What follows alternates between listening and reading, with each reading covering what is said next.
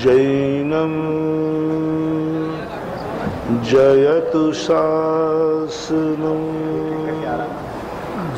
पंच परमेष्टि भगवान की जय। आचार्य श्री गुरुवर कुंद कुंद महाराज की जय। आचार्य श्री गुरुवर विद्यासागर महाराज जय। जगत पूज्य ऋषिराज मुनि पुंगव श्री सुधा सागर जी महाराज की, समस्त मुनि संघ की। पाठ प्रक्षालन।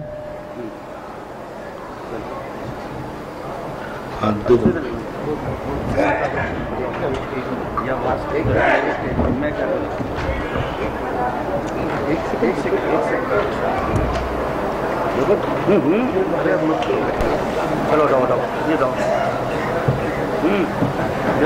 आप ही भर दो।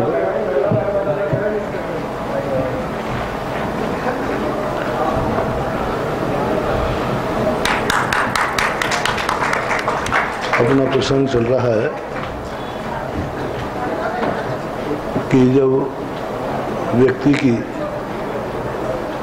उपादान दृष्टि जाग जाती है तो वह निमित्तों का मूल्यांकन करने लग जाता है, और जब निमित्त बुद्धि जागती है तो वो निमित्तों के प्रति अरुचि भाव आ जाता है। लोग उल्टा कहते हैं कि उपादान दृष्टि जागने से निमित्त के प्रति अरुचि भाव आ जाता है, और मैं कहता हूं उपादान दृष्टि जागने से निमित्त का मूल्य पता चल जाता है और उसका वो बहुत सम्मान करता है। ये बहुत बड़ा भ्रम हो गया है लोगों को कि उपादान दृष्टि वाले निमित्त को हे कहने लग जाते हैं, निमित्त की उपेक्षा करने लग जाते हैं। वो तो अज्ञानी हैं, वे उपादानाभासी हैं। आगम और शास्त्रों में तो इतना कहा, जब जब किसी व्यक्ति की उपादान दृष्टि जाती है तो वह निमित्त का अनंत उपकारी हो जाता है। जैसे मैंने कहा था कि तुम्हें ये मालूम चल जाए कि यह निमित्त से मुझे लाभ होने वाला है, इस निमित्त के कारण से मुझे लाभ होने वाला है, तो उस निमित्त के प्रति आदर भाव आएगा कि अनादर भाव? आदर भाव आएगा, उपादान दृष्टि। इसलिए मैंने 2 दिन के प्रश्नों में कहा था कि हर व्यक्ति कभी भी हो ये दृष्टि लगे, मैं कोई भी निमित्त से कार्य हो, लाभ तो मुझे ही होने वाला है। जब मेरे अंदर कार्य होना है और दूसरे के निमित्त से होना है तो तुम्हारे मन में सम्मान भाव आएगा। तुम्हारी पूजा से रुचि क्यों हट गई है? क्योंकि तुम्हारे मन में बुद्धि बैठ गई है कि भगवान की पूजा है, तो हम पर की पूजा क्यों करें। और हमने उसी बात को कहा कि ये भगवान की पूजा नहीं है, ये आत्मा को पूज्य बनाने की प्रक्रिया है। पूजा भगवान की कर रहे हैं, लेकिन लाभ किसको हो रहा है? उपादान को। तो अब भगवान के प्रति कभी तुम्हारी अरुचि भाव नहीं आएगा, कभी अरुचि भाव नहीं आएगा, क्योंकि तुम्हारे मन में भावना बन गई कि मंदिर में जा रहा हूं, इससे भगवान को लाभ नहीं, मुझे लाभ है। निमित्त को कोई लाभ नहीं, उपादान को लाभ है, तो आपकी रुचि बढ़ेगी। गुरुओं को यदि तुम्हारे मन में ये भाव जाग जाए कि मैं गुरुओं को आहार दान देता हूं, तो आप ध्यान रखना, आप आहार देते देते थक जाओगे।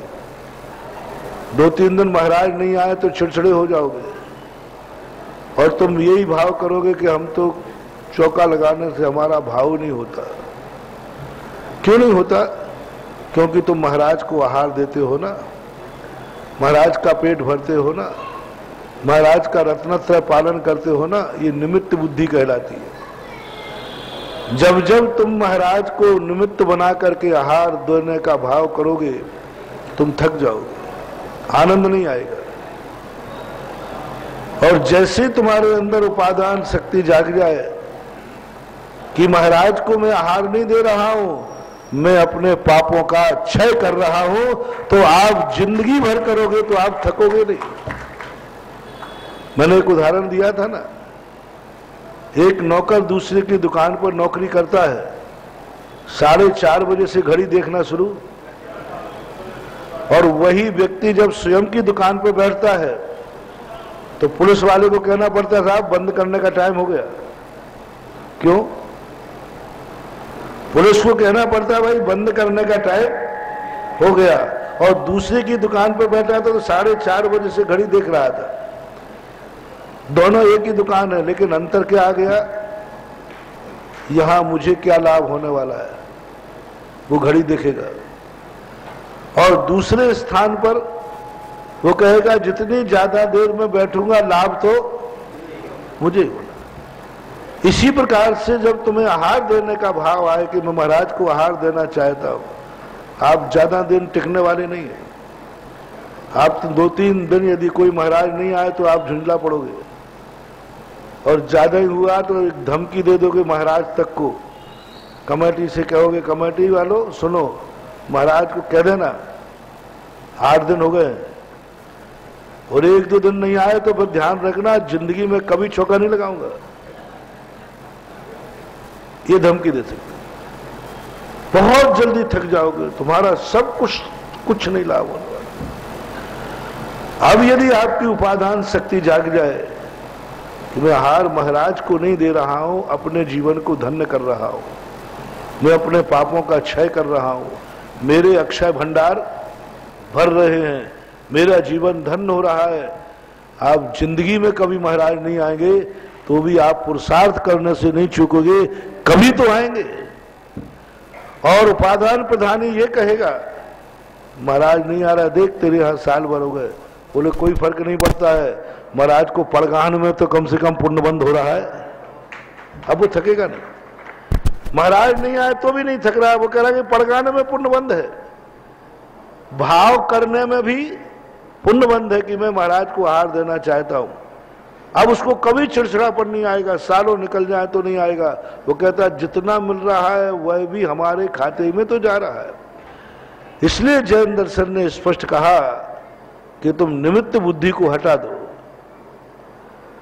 निमित्त बुद्धि आते ही तुम्हें लगता है कि मैं निमित्त पर उपकार कर रहा हूं, और उपादान बुद्धि आते ही तुम्हें लगेगा कि निमित्त मेरे ऊपर उपकार कर रहा है।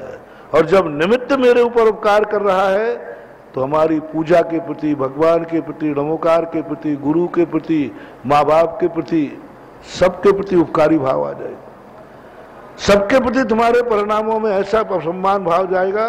तो माँ बाप के प्रति यदि तुम्हें ये भाव आ जाए कि माँ बाप ने जो कुछ किया मेरे लिए किया, माँ बाप तुम्हें मार भी डालेगा लेकिन तुम उनके पैर नहीं छोड़ोगे।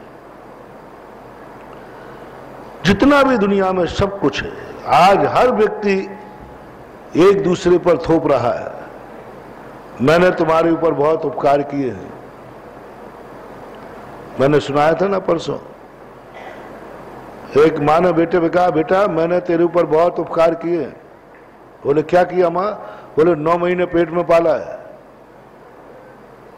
तो बोले 9 महीने पेट में पाला आपने? तो लो माँ, 9 महीने की कूख 5 लाख रुपए कीमत है। 5 लाख रुपए में आज कूख मिल जाती है। 9 महीने एक स्त्री पेट में बच्चे को पालन करके तुम्हें सौंप देगी, कितने रुपए ले लेगी? 5। अब क्या जवाब मिला? माँ के लिए तुमने कह दिया ना बेटे से, मैंने 9 महीने पाला है तुझे पेट में, तो बेटे ने कह दिया ये पकड़ो 5 लाख रुपए। किराए की कूख 5 लाख में मिलती है, तू नहीं मिलती, किराए के में ले लेते मेरे पापा, मैं तो पैदा हो ही जाता कहीं ना कहीं। अब क्या जवाब रहा? आपने बेटे, मैंने पूरा डिस्कशन किया था, आप भूल जाओ कि आपने बेटे पर उपकार किया है। आपने बेटे को जन्म दिया है अपने सुख के लिए, अपने नाम के लिए, अपने वंश के लिए, बेटे के लिए नहीं दिया। इस बेटे ने मेरे यहां जन्म लेकर के मेरे ऊपर उपकार किया है, अन्यथा मैं दुनिया में निंदा का पात्र बनता, निसंतान माना जाता, बांझ माना जाता। कितने जिनके संतानें नहीं है उनकी दुर्दशा देखो कैसे होती है। इस बेटा बिटिया ने आकर के मेरा ये कलंक मिटा दिया। अब बोलो, माँ बाप पर बेटे का उपकार है या बेटे का माँ बाप पर उपकार है? मैं माता पिताओं से पूछता हूं। शीतल जी, जिनके नहीं हुए हैं उनसे पूछो, क्यों मानते हो तुम के बेटे पर मैं उपकार कर रहा हूं? क्यों नहीं मान रहे हो कि बेटे ने उपकार मेरे ऊपर किया है? यदि संतान नहीं होती तो मेरी क्या दशा होती, कैसा रूप होता?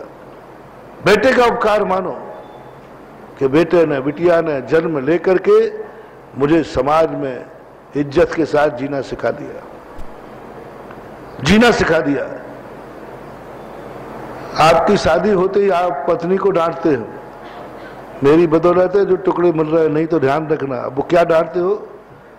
अरे ये क्यों नहीं मानता है कि यदि साधु बनता नहीं और गृहस्थ में शादी नहीं होती तो दुनिया क्या कहती है, बता दो। बोलो, जल्दी बोलते जाओ, फिर बताता हूं मैं। शैलेश बता भाई, सबके अनुभव बता। मां तुम्हारी शादी नहीं होती तो ध्यान रखना, महाराष्ट्र में तमिलनाडु में जाके मछुआरे ने खरीद रहे होते। जिनकी शादी नहीं हो रही वो किन किन जातियों की लड़कियों को ला रहे हैं, ना जात पूछ रहे ना कुजात पूछ रहे। सारे भारत में हो रहा है। तुम्हें थोड़ी जैन कुल की कन्या मिल गई है ना, अच्छे कुल की कन्या मिल गई है ना, थोड़ा ज्यादा एहसान हो गया तुम्हारे ऊपर। जिनकी नहीं हुई है वे मछुआरे ने ला रहे हैं, जिनकी ना जात है ना पात है उनको ला रहा है पैसा दे दे करके। तुझे तो जैन कुल की कन्या मिली है। और जिनकी शादियां नहीं हुई हो उनसे पूछो थोड़ा, कहां कहां धोख लगा रहे हैं। मेरे पास बहुत लंबी लिस्ट है। क्या मान रहे हो? अरे एहसान मानो तुम अपनी स्त्री का कि उसने समाज में तुम्हें इज्जत के साथ जीना सिखा दिया। आज यदि कोई मछुआरन कोई दूसरी जाति की तुम लाते तो गुरु छूट जाते, अभिषेक छूट जाता, आहार छूट जाता।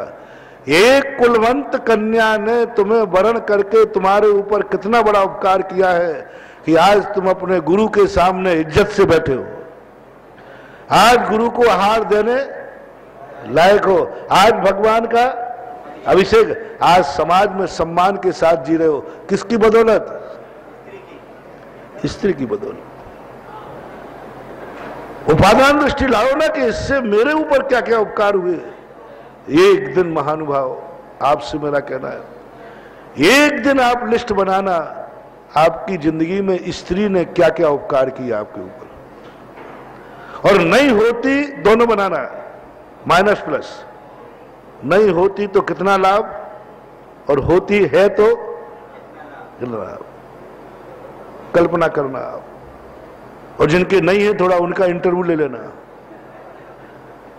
और जिनको मछुआरों से शादी करना पड़ी उनकी दुर्दशा देखना। क्या बात करते, पॉजिटिव सोचो। इसी प्रकार कन्याओं से मैं कहना चाहता हूं, तुम पॉजिटिव सोचो कि यदि मेरी जिंदगी में कुलवंत पुरुष नहीं मिलता तो ज्यादा आकर के झगड़ा करने लगी वो सासुओं से, ज्यादा अहंकार आ गया, थोड़ा पुण्य का उदय ज्यादा आ गया। कल्पना करो यदि तुम्हारी शादी नहीं होती तो कितनी कन्याएं हैं जो शादी नहीं होने पर सुसाइड कर लेते, मर जाते। आरिका नहीं बनती, आरिका बन जाए तो अच्छी बात है। मैं तो उनकी कह रहा हूं जिनको वैराग्य नहीं है, संसारी है। मैं कन्या से पूछना चाहता हूं, स्त्री जाति से पूछना चाहता हूं, आपको वैराग्य हो जाए वो तो सर्वश्रेष्ठ है। वैराग्य भी नहीं है और शादी भी नहीं हो रही है, उस स्त्री की दशा बताओ क्या है। डॉक्टर साहब, वैराग्य भी नहीं है और कन्या है और शादी भी नहीं हो रही, पूरे परिवार की दशा बताओ क्या है। और माँ बाप की दशा क्या है? आंसू नहीं निकलते। 30 साल की हो गई कन्या, पूरा परिवार दुखी, अच्छा, उस स्वयं कन्या से पूछना चाहता हूं, वैराग्य है नहीं, शादी करने का मन है लेकिन शादी नहीं हो रही है, बोलो कन्या की दिशा क्या है? सुसाइड का मन बना लेते हैं कि नहीं बना लेते? आपको एक कुलवंत कुल मिला, कुलवंत पति मिला, कुलवंत सासू मिली, इज्जत वाला कुल मिला,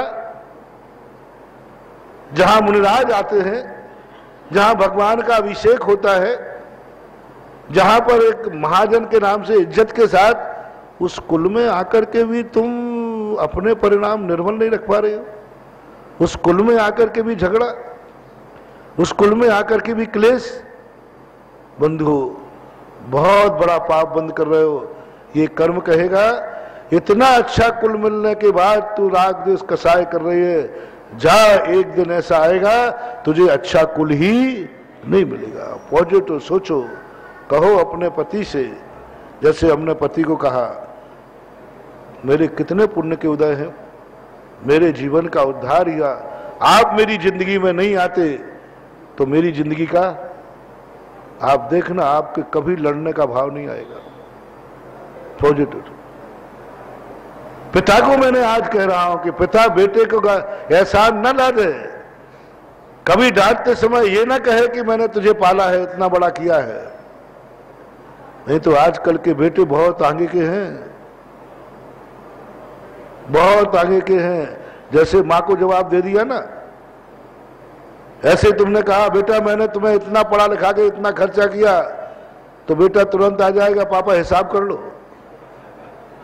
फिर क्या जवाब है? हिसाब कर लो, आप जो लिया दिया है हिसाब करो, नक्की करो, जिंदगी भर का एहसान नहीं। आजकल के बेटों में कुछ मत समझना, दो टूक उत्तर दे देंगे वो।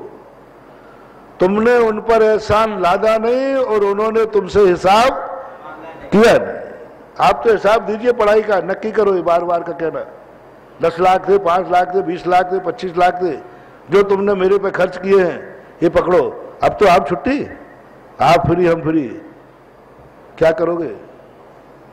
इसलिए कुंद कुंद भगवान कहते हैं, बेटों पर एहसान लादना बंद करो। तुमने बेटे को पैदा किया अपने सुख के लिए, बेटे को पढ़ाया अपनी इज्जत के लिए, बेटे को नौकरी लगाई अपनी इज्जत के, सब कुछ तुमने अपने लिए किया है। बेटे के लिए कोई कुछ नहीं करता, ये सब निमित्त बुद्धि है, घर को नरक बनाने की परंपरा है। हर माँ बाप बेटे का एहसान माने कि तूने मेरे घर में जन्म लेकर मेरी इज्जत बढ़ा दी, मेरी शान बढ़ा दी, मेरे सारे क्लेशों को दूर कर दिया। आप बेटे का एहसान मानना शुरू कर दें, क्योंकि जिनके बेटे नहीं है उनके परिणामों का एक दिन घंटे भर उनके पास जाके बैठ के आ जाए तो तुम्हें सब कुछ पता चल जाएगा कि तुम्हारे घर में बेटे का जन्म होने का मूल्य क्या है। अब मैं बेटे से कहता हूं, वो कभी बाप पर एहसान न ला दे कि पापा मैं तुम्हारे लिए इतना कर रहा हूं। नहीं, बेटा यही सोचे, काश मेरा जन्म किसी नीच कुल में हो जाता, काश मम्मी पापा आप मर जाते, काश आप व्यसनी निकल आते, आप शराब जुआ आदि पीते होते, तो मेरी क्या दशा होती। पापा मैं आपका कितना उपकार मानूं कि आप हमें इतने अच्छे पापा मिले कि तुम सुबह उठ करके भगवान का अभिषेक करने जाते हो।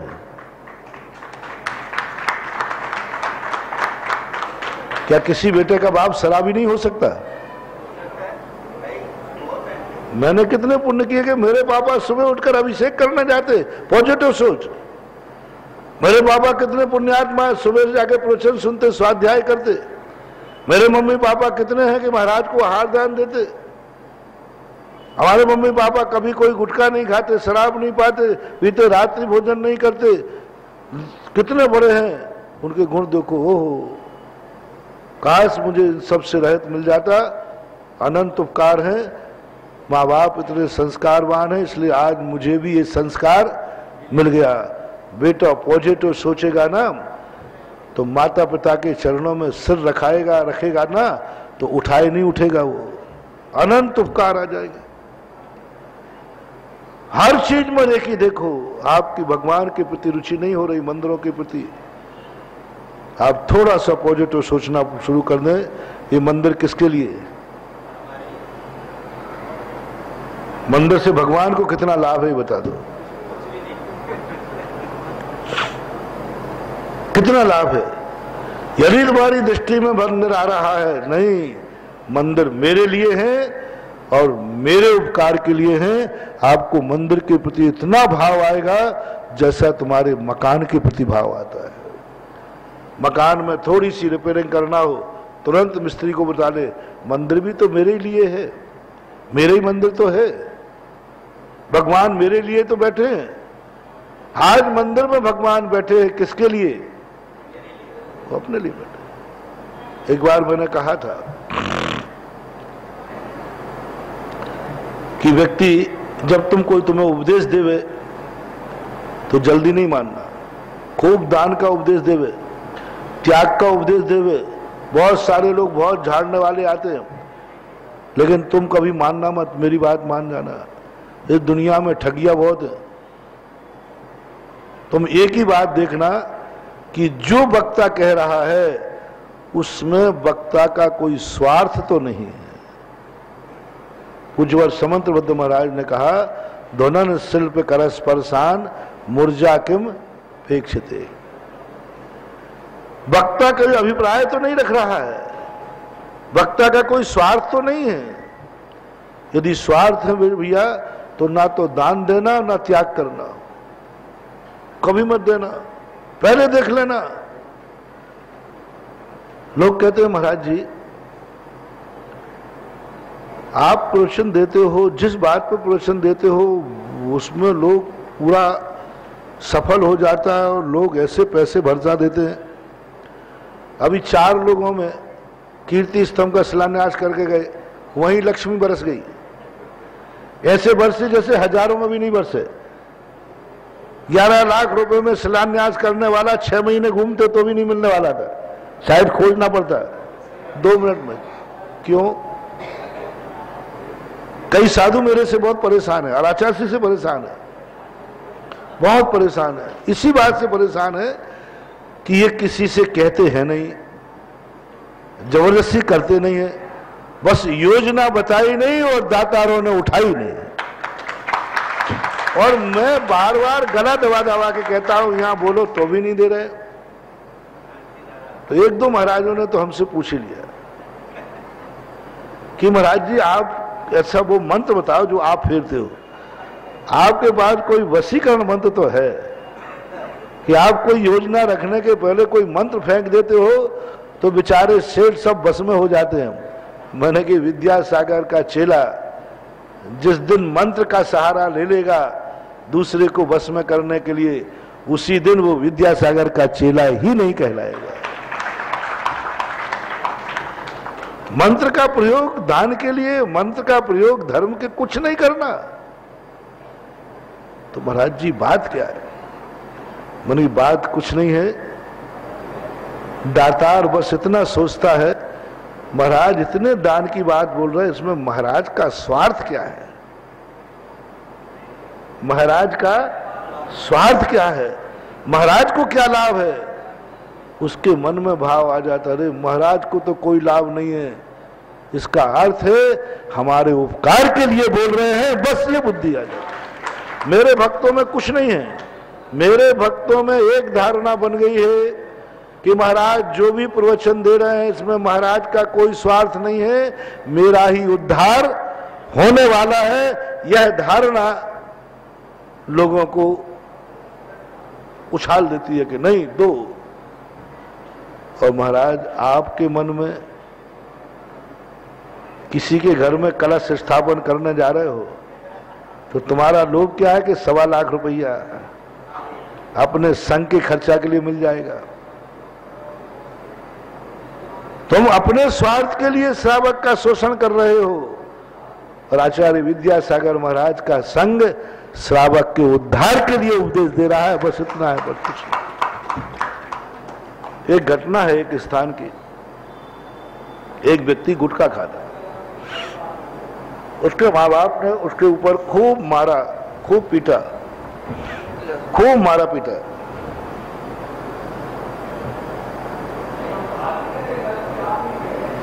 हाथ पैर तोड़ दिए।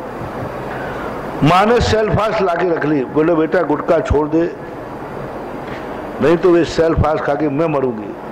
तो उसने कहते मम्मी तू कल मरती थी आज मर जा, लेकिन मैं गुटखा।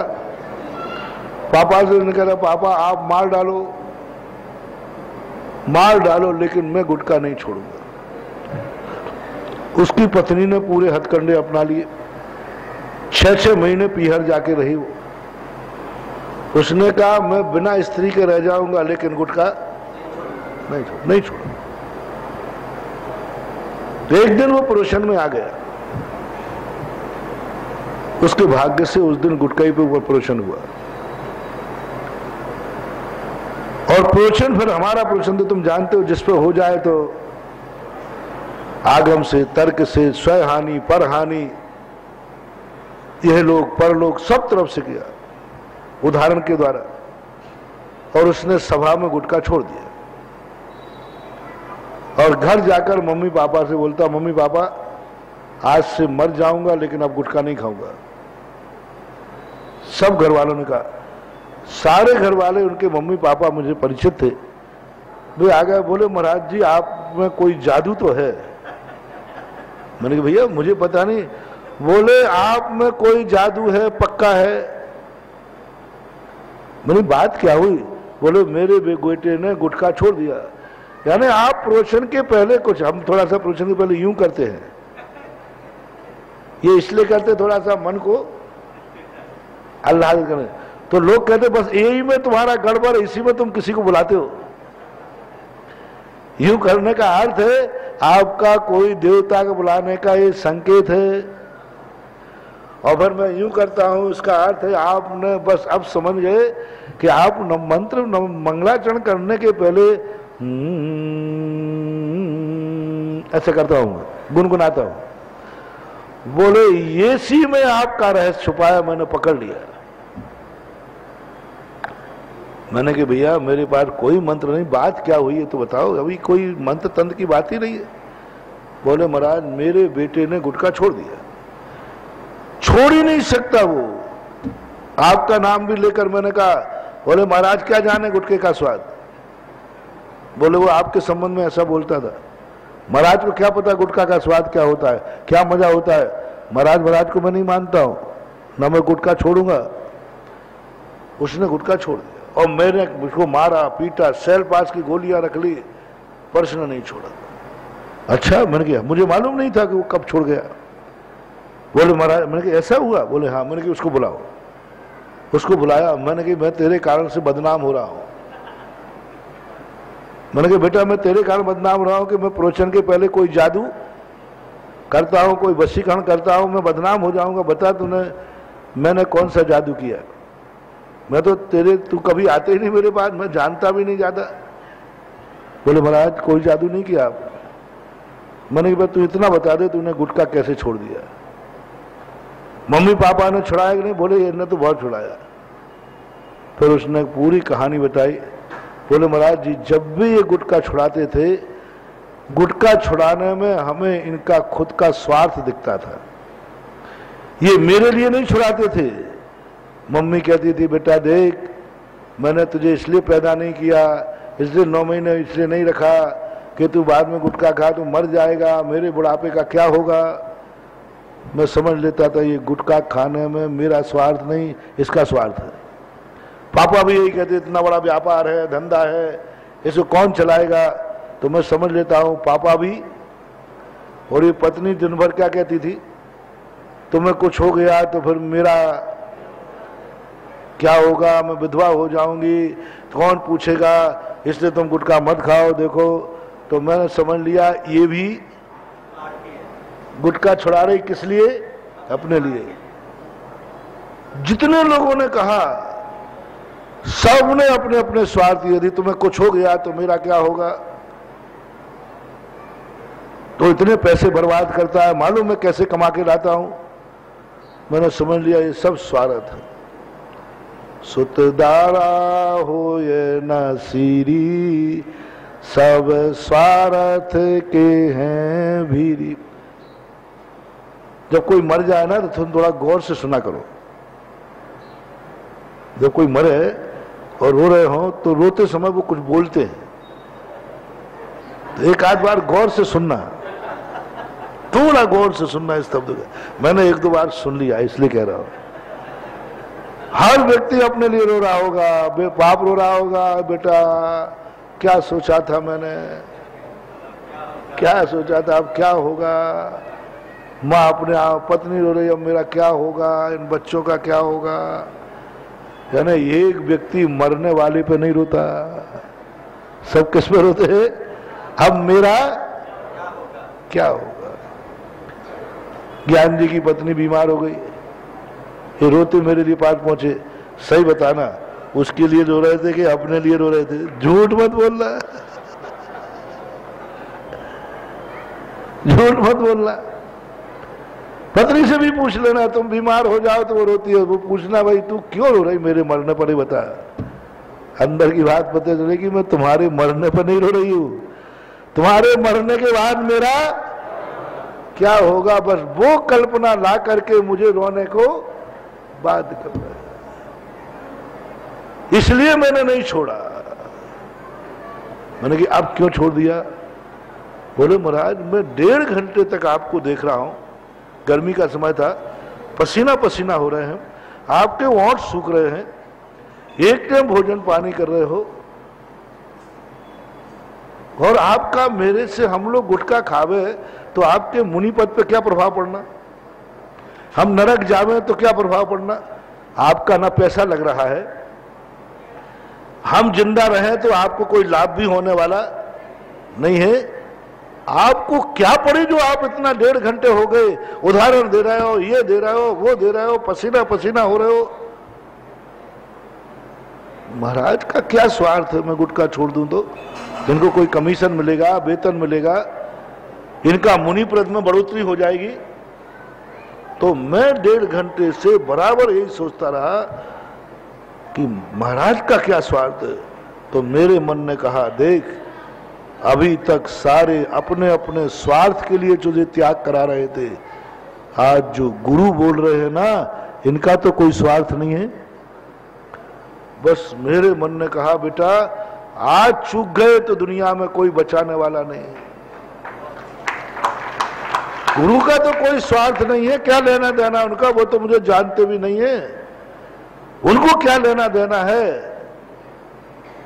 बहुत बड़ी बात महानुभाव, तुम मंदिर नहीं आओ मुझे क्या फर्क पड़ना ये बताओ, मेरे मुनि पद पर कोई फर्क पड़ेगा? तुम रात में खाओ मुझे क्या फर्क पड़ना, तुम शराब की बोतलें खोलो मुझे क्या फर्क पड़ना, कोई लेना देना नहीं। तुम्हारी पापों से मेरा कोई पद बिगड़ने वाला नहीं है, तुम्हारी मर्जी तुम जानो ना। लेकिन अंतर क्या आ रहा है, कहां बात बिगड़ रही है? फिर भी महाराज कह रहे हैं, कहें सीख गुरु करुणाधार। कोई स्वार्थ नहीं है, कोई स्वार्थ नहीं है, मात मेरा उद्धार है, मेरा कल्याण है।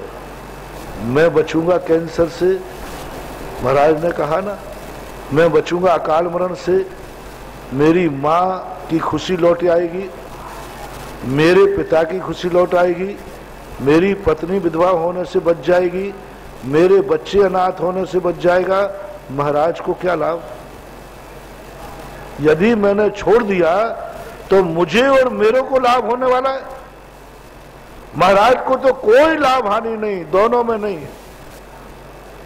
बस ओ महाराज कितने उपकारी है, बच्चे मेरे हैं, मेरे बच्चों की चिंता महाराज को है। देख तू गुटखा खाएगा तेरे बच्चे अनाथ हो जाएंगे, दूसरे के सामने भीख मांगेंगे। देख तू गुटखा खाएगा तेरी पत्नी विधवा हो जाएगी, दूसरे से अमंगल मानेंगे। महाराज को क्या बिगड़ने वाला है? यानी महाराज को जो कुछ भी चिंता है मेरे और मेरे परिवार की चिंता है। बस इस कारण से मैंने कहा ये निस्वार्थ उपदेश है। मैंने कहा भैया ये बताओ, ये भी कोई जादू है क्या? ये भी कोई जादू है क्या? कोई जादू नहीं है, ये है अंदर के निस्वार्थ बुद्धि। वक्ता यदि निस्वार्थ भाव से उपदेश देगा उसका प्रभाव पड़े बिना रहेगा नहीं। मेरे गुरु महाराज हमेशा एक ही बात कहते हैं, एक ही बात कहते हैं, अपना उपदेश में कभी निजी स्वार्थ रखना नहीं, फिर संसार से कभी डरना नहीं।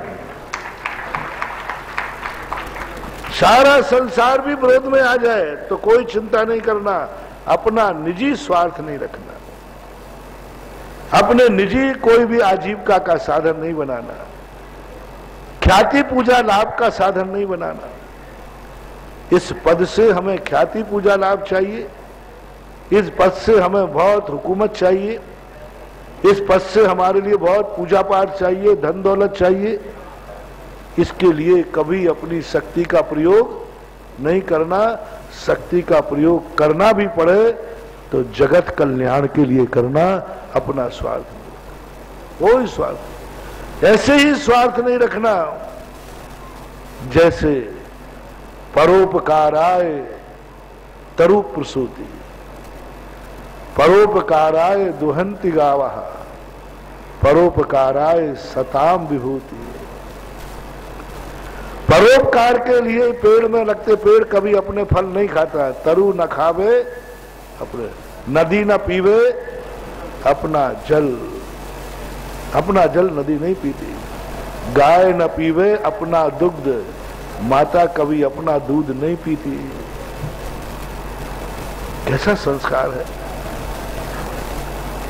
आज तक किसी गाय को या मातृ जाति को कभी स्वयं का दूध पीते देखा? नहीं देखा, पीती नहीं। परोपकाराय सताम विभूति, सज्जन पुरुषों की विभूति किसके लिए है? परोपकाराय। बस ये कला यदि निस्वार्थ कला आ गई फिर सारा जगत तुम्हारे वशीकरण हो जाएगा, बस में हो जाएगा।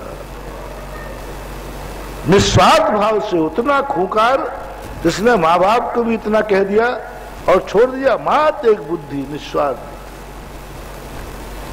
इसलिए आप सबको लेना कहना है कि धर्म क्रिया में ऐसी बार परिणाम लाओ कि नहीं भगवान से तो हमें क्या लेना। भगवान मंदिर में अपने स्वार्थ के लिए नहीं बैठे हैं, वो मेरे लिए बैठे हैं। आप कभी मंदिर नहीं छोड़ पाओगे। महाराज प्रवचन दे रहे हैं, मेरे लिए दे रहे हैं, आप कभी प्रवचन नहीं छोड़ पाओगे। महाराज आहार को आए हैं अपना पेट भरने के लिए नहीं, मेरा उद्धार करने के लिए आए हैं। आपके घर में कभी चौका बंद नहीं हो सकता, गारंटी मेरी है, कभी नहीं होगा। आप ये आते हैं कि महाराज का आहार हो रहा है, अब बहुत चौके तो लग गए, अब अपना बंद करते हैं। बोले क्यों? अब बहुत तो हो गए महाराज, इतने सारे हैं, नंबर ही नहीं आ पाना। कहने तो महाराज को आहार, महाराज आपका आहार तो हो रहा है ना ठीक ठाक। कई लोग कहते महाराज जी हमारे यहाँ कभी आज तक साधु भूखा नहीं जाता। हमारी अध्यक्षता के काल में नियम से कोई साधु आ जाए चौका लगता है। और महाराज मंदिर में कभी एक दिन भी ऐसा नहीं होता कि अभिषेक ना हो। मैंने कहा ये तो सब ठीक बात हुई, तुम अभिषेक करते हो क्या? बोले महाराज मैंने तो कभी लोटा भी नहीं उठाया, लेकिन जिस मंदिर का मैं अध्यक्ष हूं वहां बिना अभिषेक के महाराज को अभिहार दिए। महाराज मैंने तो कभी धोती भी नहीं पहनी, लेकिन साधु को कभी भूखा क्या करोगे ऐसा भोजन? कोई भिखारी है साधु को भूखा करना भोजन कराते हो? मात यह बुद्धि बैठालना है तुम्हें कि भगवान के लिए अभिषेक जरूरी नहीं है, श्रावक के लिए जरूरी है। बहुत सारे लोग प्रश्न करते हैं। एक बार सन 1994 में डॉक्टर शीतल प्रसाद जी ने प्रश्न किया था यही गोष्ठी में कि महाराज बहुत सारे गांवों में मूर्तियों में अभिषेक नहीं होता, तो क्या मूर्ति का अभिषेक जरूरी है? विद्युत संगोष्ठी थी। मैंने कि मैंने किसी शास्त्र में नहीं पढ़ा कि मूर्ति के लिए अभिषेक जरूरी है, कोई जरूरी नहीं। एक दिन अभिषेक नहीं होगा तो कोई फर्क नहीं पड़ने वाला। मूर्ति की प्रतिष्ठा पर कोई फर्क पड़ने वाला नहीं है। किसी आगम में लिखा ही नहीं कि मूर्ति का अभिषेक जरूरी है। सर्वत्र आगम में लिखा है श्रावक को अभिषेक करना जरूरी है। पूजा भगवान के आवश्यकों में है कि गृहस्थ के आवश्यकों में? देव पूजा गृहस्थ के आवश्यक में, आपका आवश्यक है, आपको कर, आप नहीं करोगे तो मिथ्या दृष्टि, भगवान का नहीं होगा तो उनकी भगवत्ता पर कोई फर्क पड़ने वाला नहीं है, लेकिन तुम नहीं करोगे तो मिथ्या दृष्टि हो, क्योंकि ये तुम्हारे लाभ के लिए। इसलिए आजकल समाज में मैं कुछ नहीं कर रहा हूं, मैं बस तुम्हारा विज्ञापन के माध्यम से, प्रवचनों के माध्यम से तुम्हें इस शांति धारा से कितना लाभ है, तुम्हें भगवान के प्रथम कलश करने से कितना लाभ है, बस उस लाभ के सिद्धांत गिनाता हूं।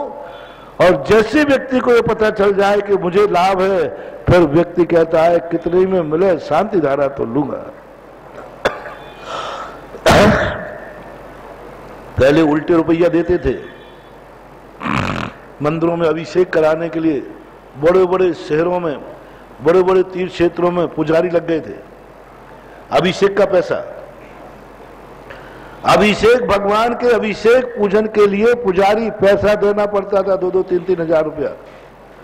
और बड़े बड़े शहरों में, बड़ी बड़ी कॉलोनियों में तो नियम बना दिया, पुजारी चाहिए महाराज, बोल के काय के लिए? बोले अभिषेक पूजन के लिए, भगवान के लिए। मैंने कहा भगवान ये क्या हो रहा है आपके दरबार में? अभिषेक पूजन के लिए पुजारी पैसा देना पड़ रहा है? तेरी पूजन के लिए पैसा देना पड़ता है, जिसका अभिषेक करने के लिए देवता तरसते हैं, जिसके अभिषेक करने के लिए देवता अभाग्य मानते हैं, ऐसे मूल्यवान अभिषेक क्रिया के लिए पुजारी लगाना पड़े? ओहो, क्या हो गया? आज रत्न कांच के भाव बिक गया। आज अनमोल क्रिया अभिषेक और वो पुजारी करेगा, 2 रुपए वाला पेट का मारा हुआ। महानुभाव, कौन अभिषेक करेगा? अनमोल अभिषेक, जिसका गंधोदक इतना पावन के मुनिराज सिर पे धारण करे, उस क्रिया को नौकर करेगा? नहीं महानुभाव। जब मैंने इस अभिषेक की अर्थ क्रिया बताई, तब मैंने इस अभिषेक का लाभ बताया कि भगवान को लाभ नहीं, तुम्हें कितने लाभ हैं, तब से ना जाने कितने सैकड़ों मंदिर हो गए जहां आज पुजारी नहीं, सैकड़ों लोग लाइन लगाकर अभिषेक कर रहे हैं।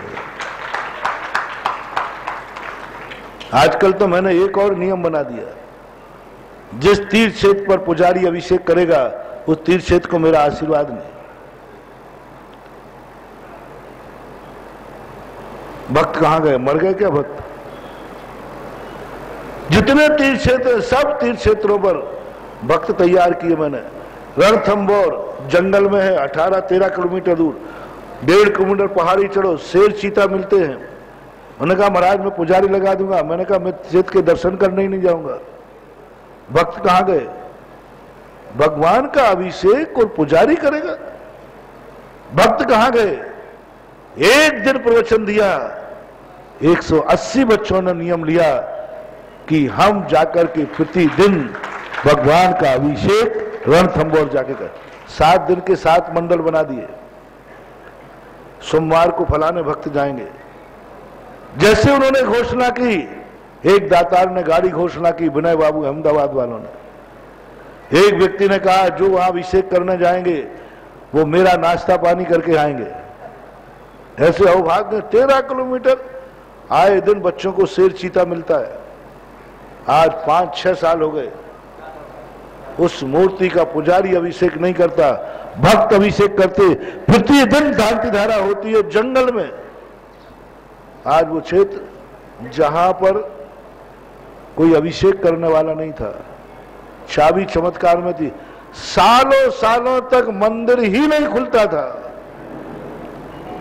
सालों सालों तक मंदिर नहीं खुलता था। आज वहां प्रतिदिन शांति धारा हो रही है और कम से कम 20-25 लोग कर रहे हैं। भगवान के अभिषेक नौकर।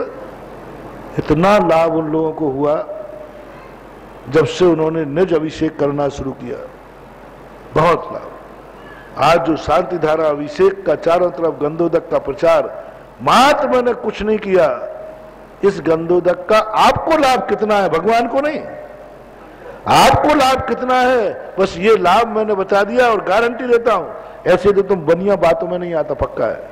और जिसमें राजस्थान का बनिया, तब मुझे गारंटी देना पड़ा प्रैक्टिकल कर लो, प्रैक्टिकल कर लो शांति धारा का, प्रैक्टिकल कर लो प्रथम अभिषेक का, प्रैक्टिकल कर लो तीर्थ क्षेत्रों पर प्रतिदिन अभिषेक करने का। ऐसे अनोखे रिजल्ट आए कि लोग अब हमारे मना करने पर भी वे रुकने वाले नहीं। बोले महाराज इतना सस्ता लाभ। महानुभाव चेतो और जागो, उपादान दृष्टि लाओ, पूजन करने में उपादान दृष्टि लाओ। एक ज्यादा पूजा करने से कोई भगवान को लाभ नहीं होगा। एक ज्यादा पूजा करने से, 1 घंटे दुकान पे ज्यादा बैठने से, टाइम तो तुम्हारा भी हो गया था ना जाने का, फिर 1 घंटे बैठे क्यों रहे? रात 2-4 ग्राहक ऐसे ही तुम्हारे मन में क्यों नहीं आया, एक पूजा कर ली एक और कर लूं, लाभ तो मुझे ही होने वाला है ना। एक माला फेर ली एक और फेर लूं, लाभ तो मुझे ही होने वाला है। ये स्थिति, और यही स्थिति तुम साधुओं के चौके में समझो। ये धारणा मिटा दो कि हमें साधु को आहार देना है। ये धारणा बना लो कि हमें कल्याण के लिए साधु को आहार देने का भाव करना है। साधु को कोई लाभ नहीं है। क्या कह रहा हूं? आहार करने में साधु को किंचित लाभ नहीं है। साधु को तो आहार नहीं लेने में लाभ है।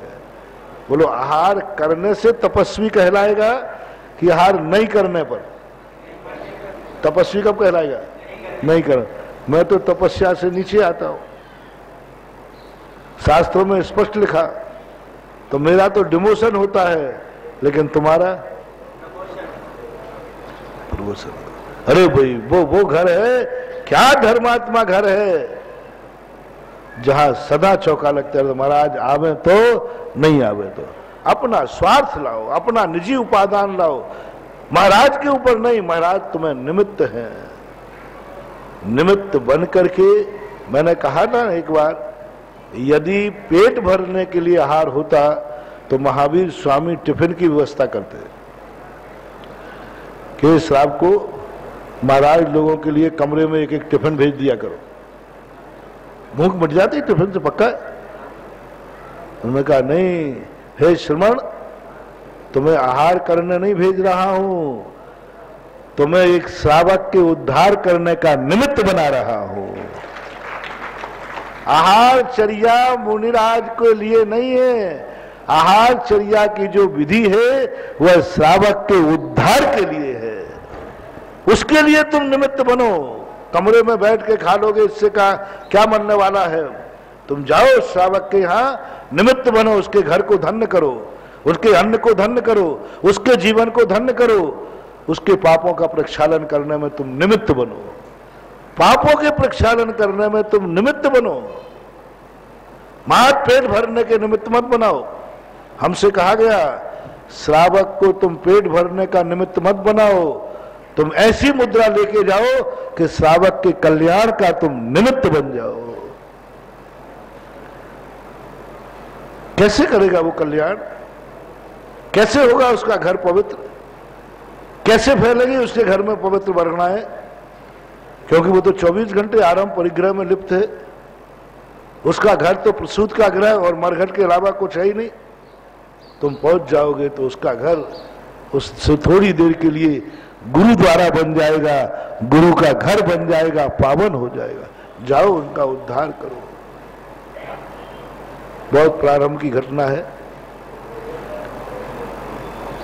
हम लोग शुरू में लोग भैयावृत्ति करते थे। हम लोग बहुत छोटी उम्र के थे, 21-22 साल की उम्र होगी हमारी। हम लोग समाज सागर जी वगैरह थे, तो तुम लोग भैयावृत्ति करने आते तो हम लोगों को गुदगुदी लगती थी। गुदगुदी होती ना, बहुत गुदगुदी लगती थी। अब छोटे छोटे पैर, छोटी छोटी उम्र, कभी पैर दबाए हुए नहीं, तो बहुत गुदगुदी आती थी। लेकिन तुम लोग छोड़ने को तैयार नहीं थे। तो हम लोगों ने उपक्रम किया कि चटाई लेता था उस समय, अब तो नहीं लेते उस समय, तो तुम लोग आते हम लोग तो सावधान, एक बोलता था कमठ आ गए। तुम्हारा नाम क्या था? हम लोगों का कोड था कमठ, भैयावृत्ति करने वालों को कमठ बोलता था। अब तुरंत एक बोले कमठ, हम लोग तुरंत चटाइयां उठ के बैठ जाएंगे। तुम क्या समझते हो महाराज सामायिक कर रहे हैं, और सामायिक भाव कुछ नहीं कर रहे हैं, कमठों से बचना है। एक दिन सारे कमठ मिलकर के आचार्य श्री के पास गए और हम लोग बिल्कुल नई नई दीक्षा हुई थी। बोले आचार्य श्री, इन नए नए महाराजों को आपने इतनी लंबी सामायिक दे देते हो, शाम से बैठ के 10 बजे तक उठते ही नहीं है, इतनी लंबी सामायिक तो आप भी नहीं करते हो, आप भी सामायिक से उठ जाते हो, और ये नए नए क्षुल्लक महाराज लोग हैं और इतनी लंबी सामायिक। आज तक हम लोगों को भैयावृत्ति करने पहले 2-3 दिन तो मिली, उसके बाद तो भैयावृत्ति बंद। आपने इतनी सामायिक क्यों दे दी लंबी? 7 बजे से 10 बजे तक 3 घंटे की सामायिक। आचार्य श्री, इनको इतनी सामायिक मत देना, कल से थोड़ा बहुत हम लोग सेवा भैयावृत्ति करें। आचार्य श्री समझ गए बात का कि ये लोग तो पहले तो सामायिक से उठ चुके थे, और ये लोगों ने कोई शब्द बोला एक ना, और सबने एक साथ चटाई क्यों ओढ़ी। अब आचार्य, हम लोग सब एक ही कमरे में रहते थे, आचार्य श्री ऐसे सामने बैठते थे, हम लोग एक ही मंदिर में बैठते थे।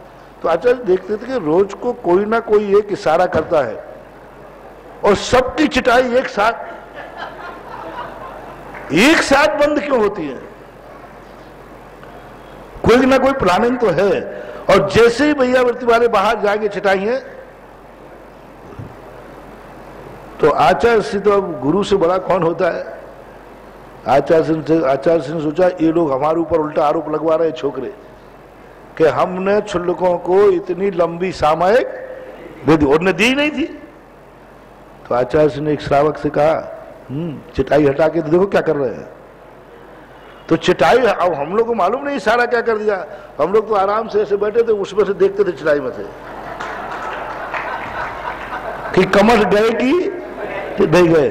और एक ने कहा कि आज जो चटाई हटाई तो काय की सामायिक कर रहे थे, हम तो आराम से बैठे थे हम लोग।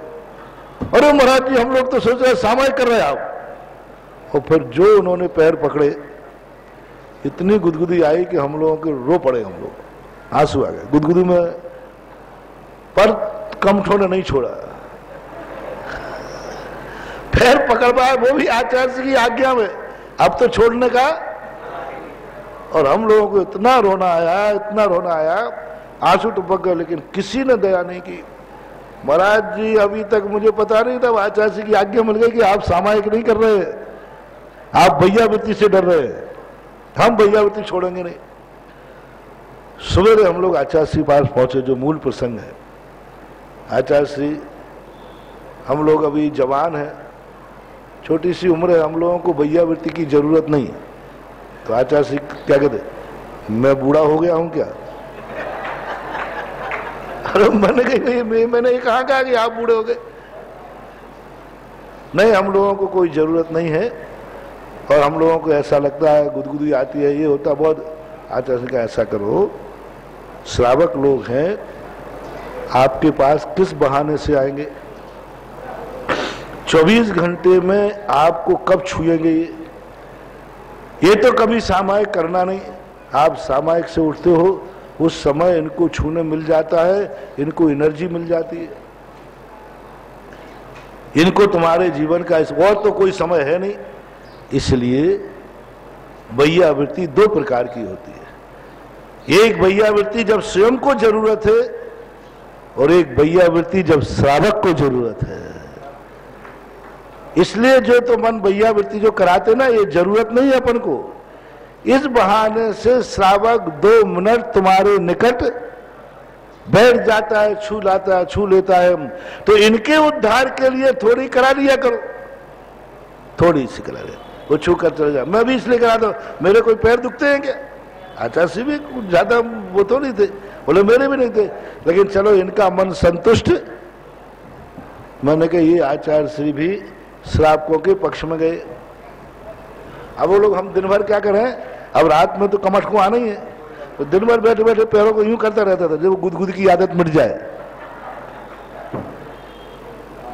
वहां पर आचार्य श्री का हमें दिखा, बोले थोड़ा सा पैर फैला देने पर एक श्रावक के भावों में परिवर्तन आता है कि नहीं, ये बताओ। जब तुम महाराज के पैर दबाते हो तो तुम्हें कुछ आनंद की अनुभूति होती है कि नहीं, अवभाग्य जैसा लगता है कि नहीं। तुमने कभी सोचा कि महाराज की क्या हालत हो रही है? शाम को सामाई के बाद देखो ऐसे टूटते एक साथ 50। किसी को कोई मतलब नहीं कि महाराज के बाल खिंच रहे के चमड़ी खिंच रही, कोई लेना देना नहीं। तुम तो अपनी मस्ती में इतने मस्त हो जाते हो, हमें छूने मिल गया बस बात खत्म है। इसका अर्थ है कि आनंद की अनुभूति तो तुम्हें होती है, कहीं ना कहीं से तुम्हें बोले थोड़ा सा पैर खोल देने में इनके अवभाग्य हो जाते हैं, अपना क्या बिगड़ता है। तब मुझे पता चला कि महावीर की हर चर्या में स्वार्थ नहीं पर के कल्याण की भावना है।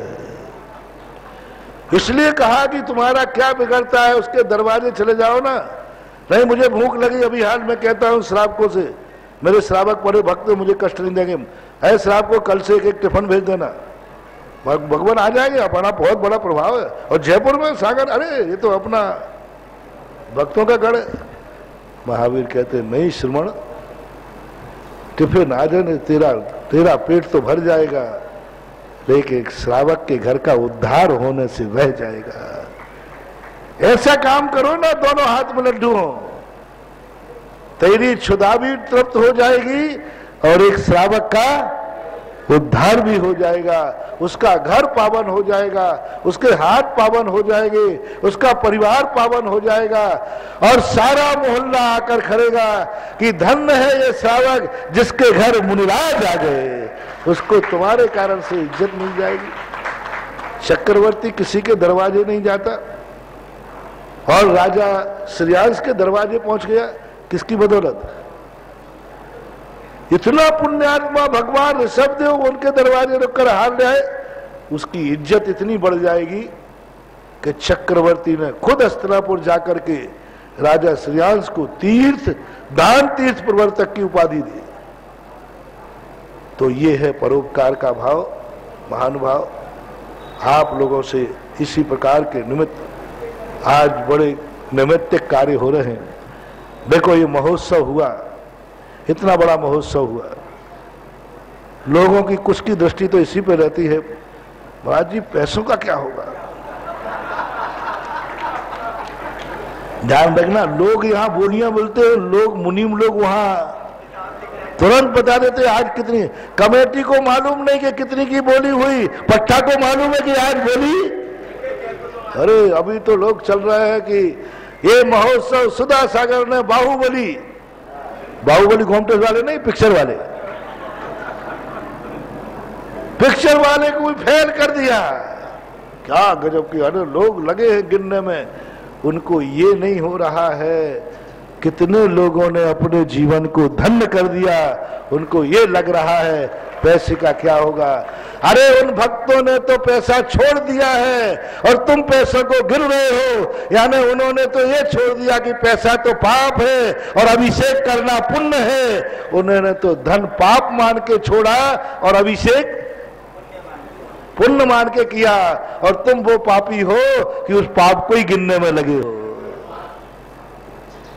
कैसे लोग हैं, कैसे लोग हैं दुनिया में, है दुनिया में बहुत लोग। एक बार वो आता ना कि राजा ने पूछा हथेली में बाल क्यों नहीं है, तो बीरबल बोले राजा साहब आप दान देते रहते हो ना इसलिए। बोले आपकी हथेली में क्यों नहीं, हम लेते रहते। राजा बोले अभी भी बीरबल बदमाशी है, कुछ लोग ऐसे हैं ना देते हैं ना लेते हैं। तो बोले राजा साहब इसमें सीधी सी बात है, कुछ देते हैं कुछ लेते हैं, लेकिन कुछ लोग ऐसे हैं जो देते और लेते को देखकर हाथ मलते रहते हैं, तो उनके हाथ मलते मलते कई लोग सारे संसार में मिल जाएंगे, आपको जयपुर में मिलेंगे। पैसे का क्या होगा? तुम्हारे बाप ने कितना दिया, तुमने कौन पूछ रहा है? धन्य है वो दाता जिसने लाखों रुपया देकर ये नहीं पूछा कि इस पैसे का क्या होगा। ये कह रहा है मुझे तो अभिषेक करने का मौका दिया, हम कमेटी वालों के अभाग्य है। वो ये नहीं पूछ रहा है कि मेरे पैसे का क्या हुआ, वो तो ये कह रहा है तुमने मुझे अभिषेक करने का मौका दिया, और जिन्होंने अभिषेक नहीं किया, कुछ नहीं दिया, वो लगे हैं पैसे का क्या हुआ। ये कौन सी क्वालिटी में आते मालूम? एक बार बादशाह ने कहा अपने नगर की जनसंख्या कितनी है और स्त्री पुरुष कितने हैं? तो जनसंख्या 1000 की आई मान लो। बोले स्त्री कितनी है? बोले 450। पुरुष कितने हैं? बोले 450। कितने हो गए? 900। टोटल संख्या कितनी है? बोले 1000। बोले बीरबल तुम्हें जोड़ लगाना आता है कि नहीं? जब स्त्री 450 पुरुष 450 तो फिर 1000 कैसे? बोले राजा साहब दुनिया में कुछ ऐसे लोग भी हैं जो ना स्त्री हैं और ना ये वो हिजड़े हैं जो ना दान देते हैं और ना लेते हैं, लेकिन देते वाले को देख करके हाथ मलते। इन हिजड़ों का क्या दवाई है? एक बार व्यक्ति ने कहा महाराज जी आपके अन्न में से इतना दान आता, आप कमेटी हिसाब तो पूछा करो। मैंने कहा भैया मैं मुनि हूं, मुनीम नहीं। मुनि का काम है दान का उपदेश देना और मुनीम का काम है दान की हिसाब रखना। आचार्य महाराज और हम लोग मुनि हैं, मुनीम नहीं। इसलिए किसी भी संस्था में भक्तों को दान का उपदेश जम के देते हैं और कमेटी से हिसाब की एक बार भी नहीं पूछते हैं कि हिसाब कहां गया। हमें तो भक्तों से चिंता है, हमें तो भक्तों का उद्धार करना है। कमेटी गड़बड़ करे तो जावे नरक 100 बार जावे, मेरे भक्त का तो बेड़ा पार हो गया उसी दिन हो गया जिसने दान दिया। कमेटी खाएगी, कमेटी दुरुपयोग करेगी, फूट फूट के निकलेगा। अपनों कमेटी से लेना देना क्या है? बाहर में जाए। हमें तो किससे लेना देना है? भक्तों से। भक्त ने जिस समय दान दे दिया, अभिषेक कर लिया, उसका भंडारा भर गया, उसमें कोई कमी आने वाली नहीं है। इसलिए हमारा संघ तुमने देखा होगा हर स्थान पर दान का उपदेश देता है, लेकिन आचार्य श्री कभी दान का हिसाब, क्योंकि वो मुनीम नहीं है ना, मुनीम तो तुम हो ना। इसलिए क्या बात कर रहे हो? कहां तुम्हारी बुद्धि जा रही है? कहां तुम पागल हो गए हो? कहां तुम पूछ रहे हो? अरे कुछ देना सीखो रे। हम समाज वाले हैं, हिसाब लेना हमारा अधिकार है। अरे दान देना भी तो तुम्हारा कर्तव्य है। अरे दे करके पूछो तो फिर भी दे करके भी नहीं पूछना।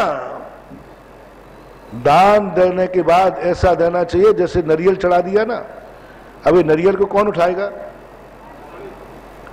कोई पता नहीं है और तुम छोड़कर चले जाओ। ऐसा दान होना चाहिए। लोग इसी में महाराज जी इतना पैसा,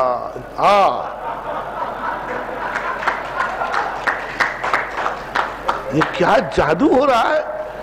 इधर बोला नहीं, ये लो छात्रावास, इधर महाराज जी सब लोग आश्चर्यचकित है। आखिर तुम हो क्या ये बताओ? कई लोग तो कह रहे हैं। मैंने कहा भैया मैं कुछ भी नहीं हूं, मैं सब कुछ वह हूं कि मैं पैसों की तरफ नहीं देखता हूं, अपने भक्तों के कल्याण की तरफ देखता हूं। वही मैं हूं कल्याण कारक, कल्याण कारक हूं। आज लोग कह रहे थे पैसे का क्या होगा? चिंता मत करो रे हिजड़ो, चिंता मत करो रे हिजड़ो। एक बार और बोल दो।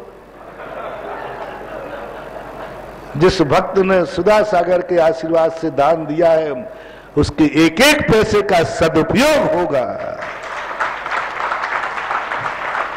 यदि दुरुपयोग होता तो लोग आज दान देना बंद कर देते। 20 सालों से राजस्थान दान दे रहा है। बोलो दान हर साल बढ़ रहा है कि घट रहा है? बढ़ रहा है। क्यों बढ़ रहा है? लोग कह रहे महाराज जी आप क्या दान की बात करते, देखो वहां क्या दुरुपयोग हुआ। सारे राजस्थान के दानी जानने लगे हैं कि सुधा सागर के आशीर्वाद से पैसा देना उसका सदुपयोग होना है, तभी दे रहे। लोगों को जानने लगे। कई लोग तो कह रहे महाराज जी से आशीर्वाद दे दें तो मैं कर दूंगा। क्योंकि मुझे मालूम है कि महाराज ने आशीर्वाद दिया है तो वहां दुरुपयोग हो ही नहीं सकता। दान देने वालों की बोलियां बढ़ रही हैं, इससे सिद्ध कर लीजिए कि मेरी रेपुटेशन क्या हो रही है। क्या ऐसे पसीने का दान ऐसे ही दे देंगे, ऐसे ही पैसा दे देंगे? उनको पक्का कूट कूट के धारणा हो गई है कि महाराज ने जिसकी आवाज लगाई है नियम से वो एक छात्रावास एक व्यक्ति बना जाए। शीतल जी 10 कमरे बनाने में पसीना आया था 96 में। आप और सब महावीर पहाड़ी वाला भीख मांगने जाते थे चंदा मांगने के लिए। कैसे हो गया ये? कैसे हो गया? एक एक व्यक्ति 100-100 कमरों की छात्रावास बना रहा है। कैसे हो गया? कुछ नहीं, उन्होंने सैंपल देख लिया कि महाराज के आशीर्वाद से जहां दान दिया है उसका दुरुपयोग आश्रम संस्कृति के संस्थान को देख करके हर व्यक्ति का मस्तक ऊंचा उठता है कि मेरा ये दान लगा हुआ है। अभी एक बार मैं गया तो एक व्यक्ति का महाराज जी इधर आओ ना, बोले ये कमरा में मैंने दिया था। तो मैंने कि भाई इतना कि महाराज मुझे गर्व है कि मेरे कमरे से अभी तक 15-20 पंडित निकल चुके। वो खबर लेता है इस कमरे में कौन कौन पंडित बनते हैं। तो गर्व की बात है बंधु, चिंता मत करो। जितना पैसा आ गया इससे 100 गुना भी आ जाए तो सांगानेर की कमेटी अंत में यही कहेगी पैसा नहीं है। क्यों? जितनी आय है उससे ज्यादा मैं उनको कार्यक्रम देता हूं। 100 रुपये आए मैं 200 का कार्य बता देता हूं। अब क्या होगा? मैं भी बहुत होशियार हूं, ध्यान रखना। मैं भी गुणा भाग लगाता हूं, ऐसी बात नहीं लगाता हूं। लेकिन जैसे मैंने देखा कमेटी के पास 100 आए, मैंने तुरंत भावना रखी कि ये कार्य तुम्हें करना। महाराज जी ये तो 200 का है। मैंने पैसा कितने? 100 है। मैंने कि 100 लगाओ। अब भी 100 में घूमते रहेंगे कि 100 और इकट्ठे करना।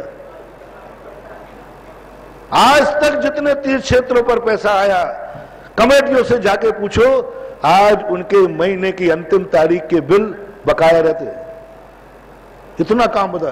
चिंता मत करना, सांगानेर में ऐसे अलौकिक कार्य होने वाले हैं कि इन कार्यों के भी एक दिन गिनीज बुक में नाम आएगा। यह महोत्सव गिनीज बुक में आ चुका है। ये महोत्सव गिनीज बुक में आ चुका। पहला हमारे भारत का जैन महोत्सव है। कितने बड़े बड़े महोत्सव हुए, लेकिन 7 दिन तक अमेरिका की टीम यहां पड़ी रही। और आज वो गोल्डन कौन सा होता है जो नाम हम गोल्डन वर्ल्ड बुक में जाकर के नाम दर्ज, कुछ तो देखा होगा उन्होंने। 168 घंटे तक एक समान रेगुलर लाइन विश्व में आज तक किसी महोत्सव में नहीं हुई। घंटे 2 घंटे की होना अलग चीज है, घंटे 2 घंटे 4 घंटे 6 घंटे, लेकिन 168 घंटे रेगुलर रात है कि दिन है। एक साथ इतने कलशों का अभिषेक होना 7 दिन में, आज तक रिकॉर्ड है कि एक साथ इतने कलश देख करके सब दंग रह जाते। चिंता मत करना, एक एक पैसे का सदुपयोग होगा। सुनो रे भारत के दानियों, इन हिजड़ों की बातों में मत आना। हिजड़ों के बाहर से वो में मत तुम विकल्प करना। तुम आकर के देखो सन 96-94 का सांगानेर और 2017 का सांगानेर, आके देखो। जितने लोग आए इस महोत्सव में, जो पहले सांगानेर देखा था बोले महाराज मैं तो 20 साल में पहली बार आया, मैं तो भूल ही गया कि वही सांगानेर है। ये तो अकृत्रिम चैत्यालय जैसे लगने लगा। हर दानी ने प्रशंसा की, बोले महाराज मेरे दान का सदुपयोग हुआ है तो सांगानेर के अंदर हुआ। मेरा हर दान आज बोल रहा है, हर दानी का दान बोल रहा है, हर दानी का दान। बदनाम वही कर रहे हैं जिन्होंने कमीशन मांगा था, उनको कमीशन नहीं मिला। उन्होंने सोचा था थोड़ा बहुत मुझे दो, बड़ी सी कहानी है। वही लोग करते हैं जिनको कमीशन नहीं मिला, और जो कमीशन कमेटी नहीं देती है उसको बदनामी का कोई डर नहीं। जैसे आज अब देखना यहाँ कितने बड़े बड़े कार्य होने वाले। एक दिन में आज 3 हॉस्टलों का शिलान्यास हुआ। 100 कमरे के 3 हॉस्टल बनेंगे। 100 कमरों में हाल भी हो सकता है, जैसी नक्शे में सुविधा होती है, लेकिन यह बनाने का संकल्प हुआ। अभी कीर्ति स्तंभ का संकल्प हुआ। राजस्थान का पहला कीर्ति स्तंभ होगा जो एक ऐसी अलौकिक विधि को लेकर के आ रहा है जो आज मैं शिलान्यास करके आया।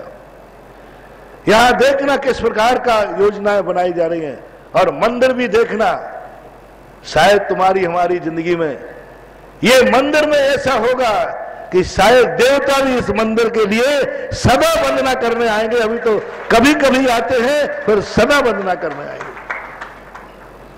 आय तो तुम्हें दिखती है, खर्च तुम्हें, क्योंकि आय माइक से बोला जाता है, खर्च माइक से नहीं बोला जाता है। इसलिए दान दाता रहो, निश्चिंत रहो। यदि सुधा सागर पर विश्वास है तो सांगानेर कमेटी दान दिए, तुमने जो दान बोला है उसका 1-1 रुपए का सदुपयोग होगा, और 1 रुपए का भी दुरुपयोग कमेटी करेगी तो ये अभिशाप भी यहां से घोषणा करता हूं कि वो कमेटी दाने दाने को मोहताज हो जाएगी और फूट फूट करके निकलेगा कच्चे पारे के समान।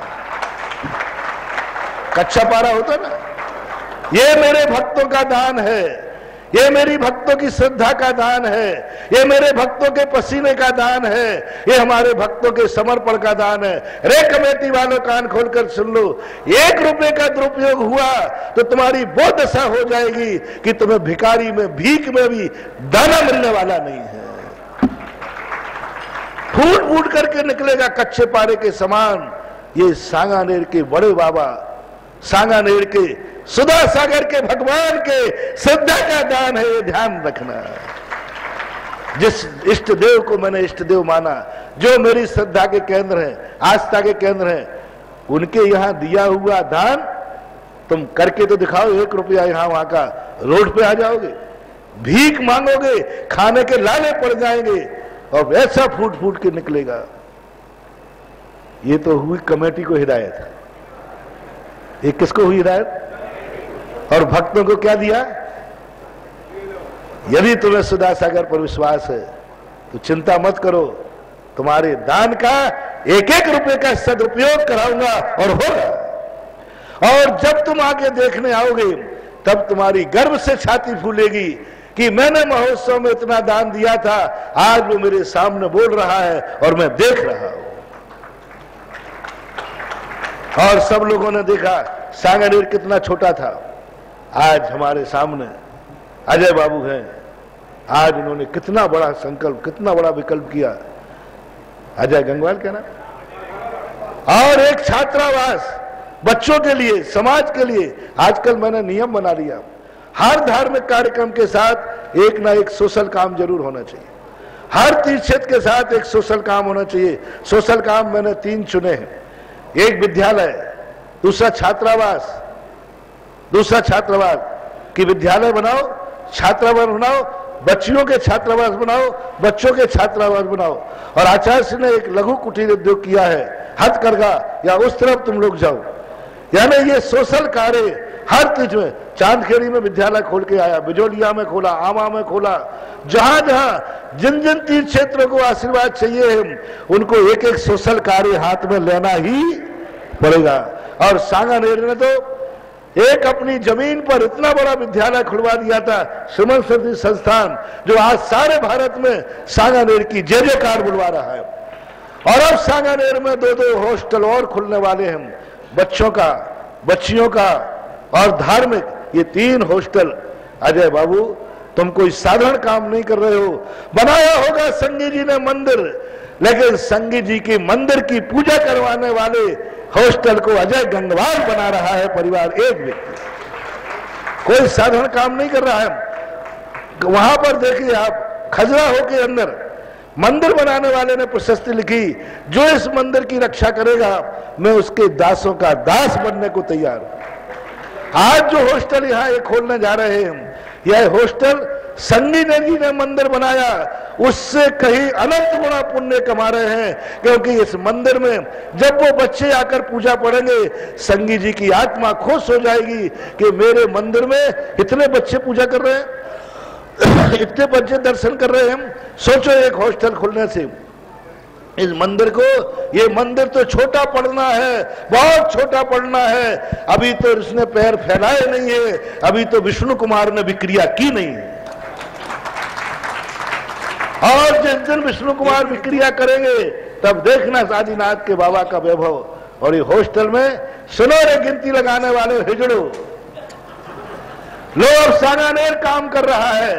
लो अब एक कमेटी जिन्होंने दिन रात एक किया, एक उधारी आगे राणा जी हैं, सब लोगों ने दिन रात मेहनत करके और आज देंगे, अब देंगे इस भारत देश को वो पुरस्कार, वो पैगाम जिस पर सारे भारतवर्ष की दिगंबर जैन समाज मस्तक उठा के कहेगी कि आज हमारा कहीं मस्तक उठाया है तो सांगानेर ने उठाया है।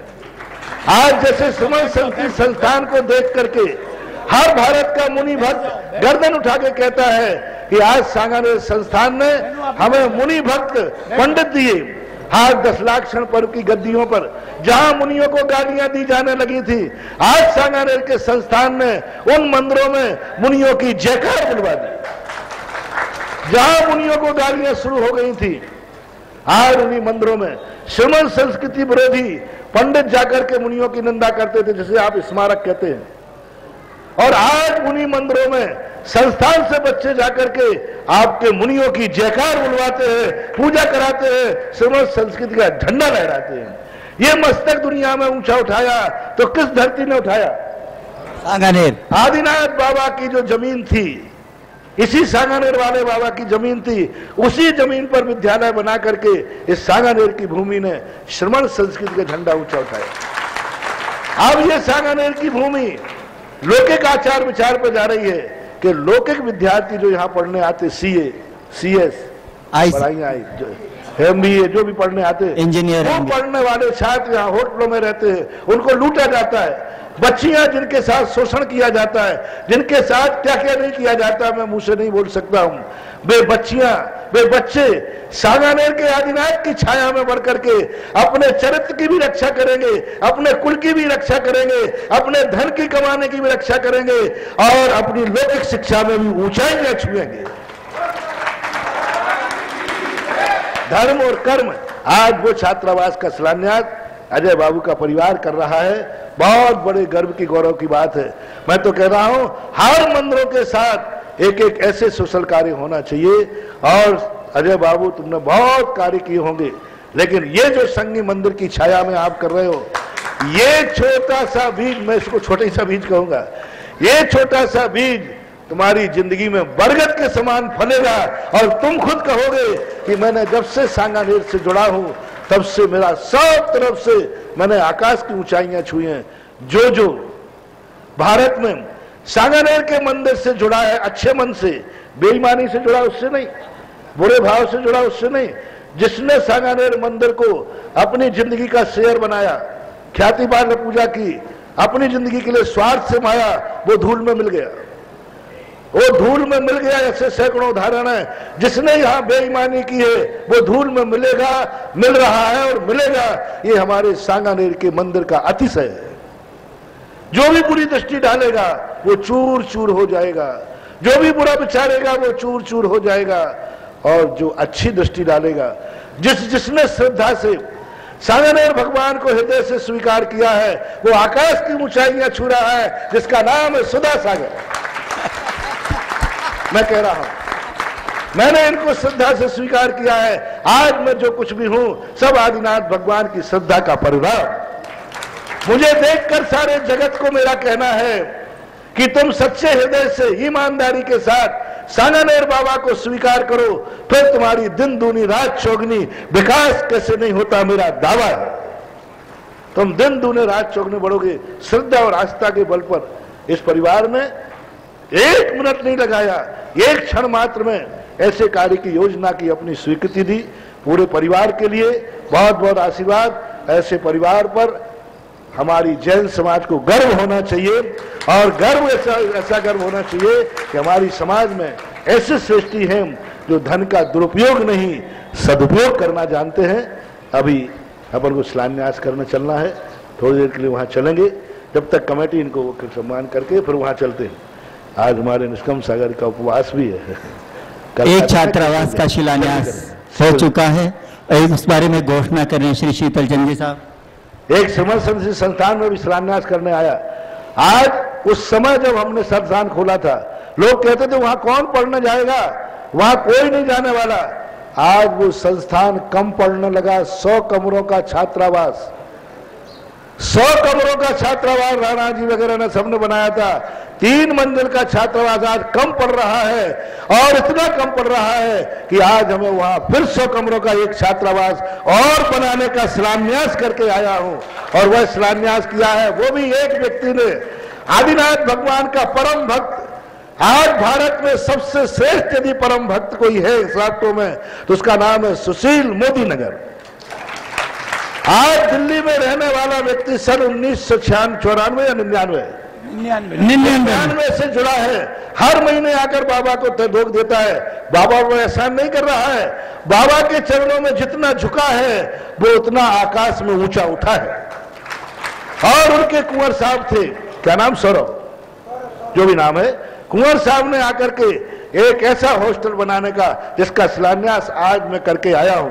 वो एक शिलान्यास आवासीय महाविद्यालय का रूप लेकर के और अपनी जगत में ध्वजा फहराएगा।